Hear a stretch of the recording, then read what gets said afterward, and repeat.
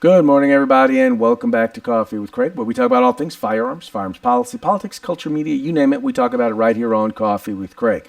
So please take a moment, like and share the program so that your friends can join in the conversation, well, as it's happening. Also, please take a moment, if you haven't already done so, remember to subscribe to our YouTube channel and follow us on Facebook. Also, FPCgear.com. It is the place to go in order to find cool Pro 2A swag. T-shirts, coffee mugs, hoodies, you name it, it's all there. We're putting up new designs all the time. And the great part about it is you know that every dollar that you spend will go right back into the fight for our right to keep and bear arms. So you can support the Second Amendment and you can look good doing it. That's FPCgear.com. All right, so let's talk about the fight for our right to keep and bear arms. Now, we all know that out there's this belief that, if you own a gun, or if you want to own a gun, or if you want to possess a gun or have a gun outside of your home in order to be able to protect yourself, well, you must be a bad person. It is assumed that you are a criminal. And with that, they assume that you lose basically a lot of your constitutional rights. Where there was a case in the state of Pennsylvania where an individual, in essence, because he was seen carrying a firearm, well, he lost all of his rights. Or at least he lost his right to due process and presumption of innocence. Anyway, all that having been said, we have a good friend on the show today who's going to talk with us a little bit about this case. You guys are very much familiar with him, but he was deeply involved in this case, and I want him to come on and talk with us a little bit about it. And so with that, let us please welcome our good friend, Mr. Joshua Prince. Mr. Prince, how are we doing today?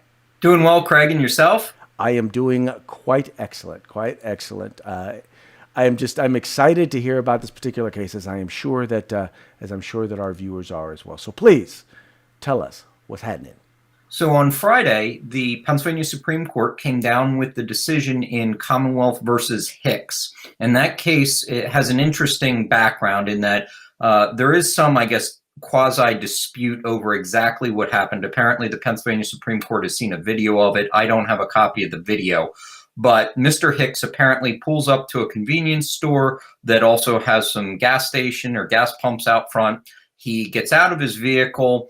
The dispute is whether his shirt accidentally is pulled up that displays the firearm he's concealed carrying or was concealed carrying, or whether he purposely raised it up to show another person, not in a threatening manner, but just some type of conversation does ensue. Again, it looks all pleasant. After that conversation with another person near a gas pump, he walks in the convenience store, purchases some stuff, comes out, gets in his vehicle, and starts to leave.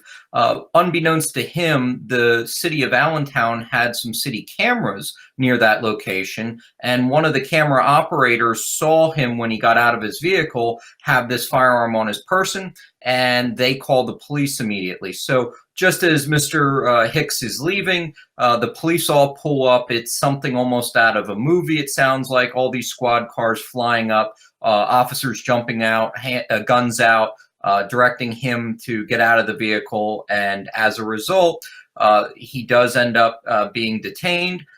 He is cuffed. And it's at that point that the police now contend that he has alcohol on his breath. And he's later charged with DUI. And as a result, his attorney files a suppression motion arguing the fact that there was no reasonable suspicion to originally detain him in any way, shape, or form, because the mere possession of a firearm, whether concealed or openly, doesn't constitute reasonable suspicion in and of itself. He's represented by the Lehigh County Public Defender's Office. They lose at trial. They lose before the Superior Court. They file a request with the Pennsylvania Supreme Court for review of the matter, and to everyone's surprise, the Pennsylvania Supreme Court agrees to hear it. It was a case of concern because we did have a prior case, Commonwealth versus Ortiz, which involved an anonymous tip based on someone carrying a firearm, where the PA Supreme Court previously held that that was not sufficient for reasonable suspicion purposes to stop an individual.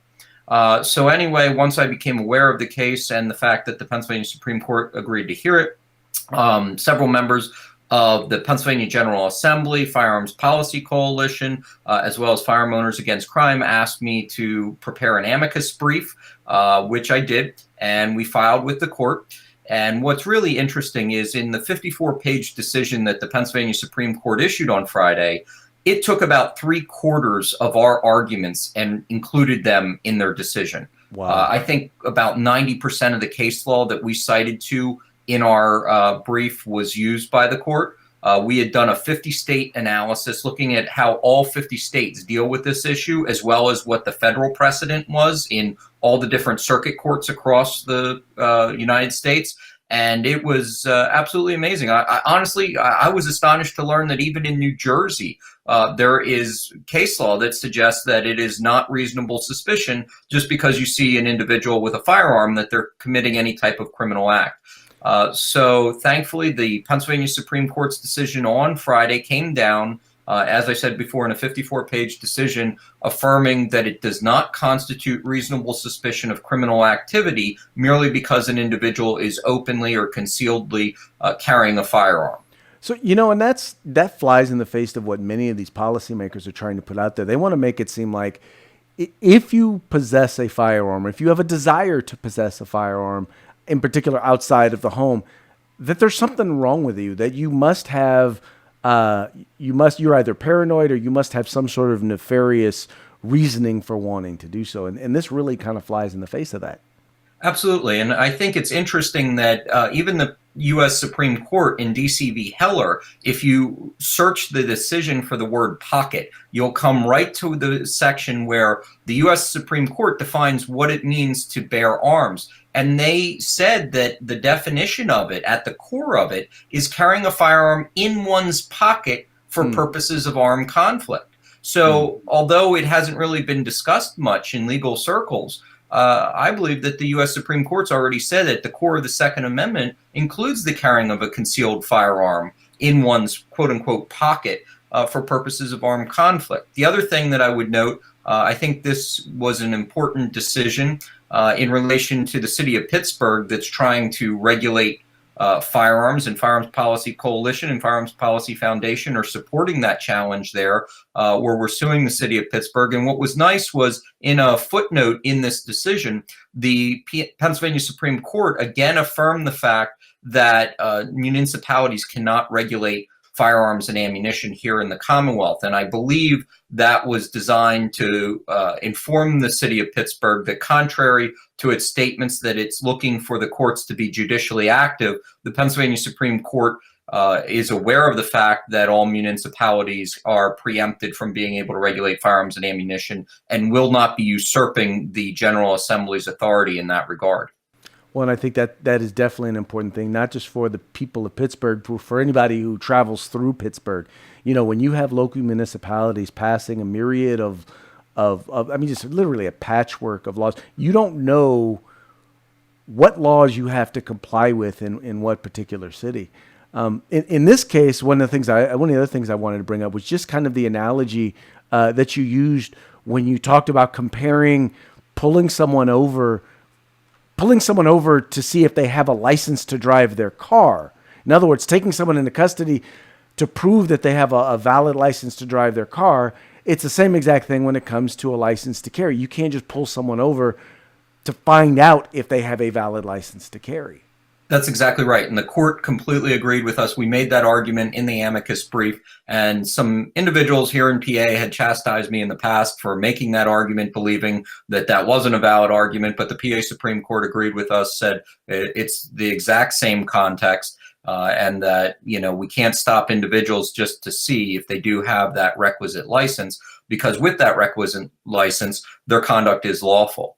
So very interesting. Also, I really was intrigued by the constitutional overtones in the decision by the PA Supreme Court. And if you have a minute, I'm going to actually read a little small snippet from the decision. I think the viewers might find this interesting.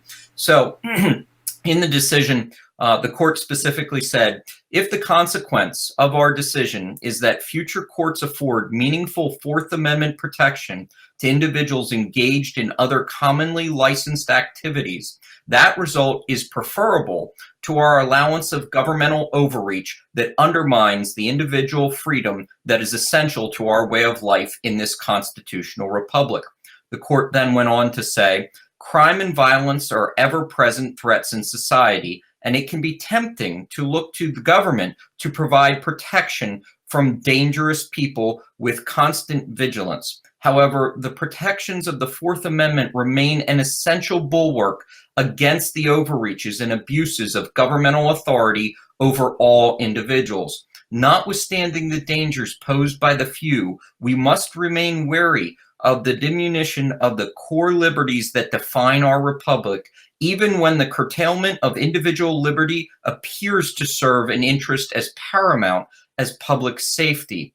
And then the court went on to quote, experience should teach us to be most on our guard to protect liberty when the government's purposes are beneficent. Men born to freedom are naturally alert to repel invasion of their liberty by evil-minded rulers. The greatest dangers to liberty lurk in insidious encroachment by men of zeal, well-meaning, but without understanding.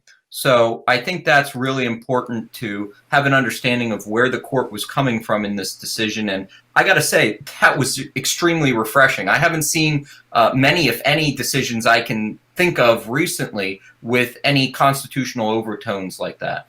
Well, and you, once again, I think you hit the nail on the head. It's, and with all due respect to, those who are in law enforcement and are seeking to protect us, and I get it. Their job is to help provide security, to help make us safer.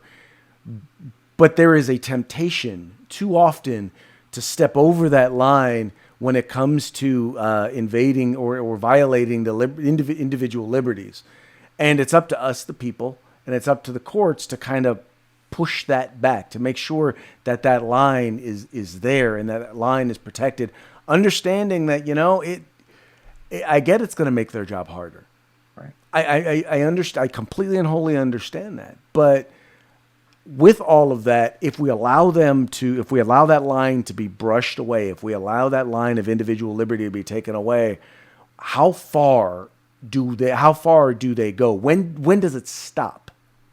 And we're already, in my opinion, way beyond that mark. I mean, that line in the sand has been brushed away and remarked many times over since our founding fathers. So it's a concern to me. I think many of our constitutional rights have been eviscerated, not just simply the Second Amendment, but many regards to the Fourth Amendment, and not to even mention the 10th Amendment that I'm not even sure exists anymore based on some precedent from the U.S. Supreme Court. But I do think it's important that we remain vigilant and steadfast in demanding that our constitutional rights be acknowledged, because in my belief, they are inalienable rights that the government could never give us and doesn't have the power to truly take away.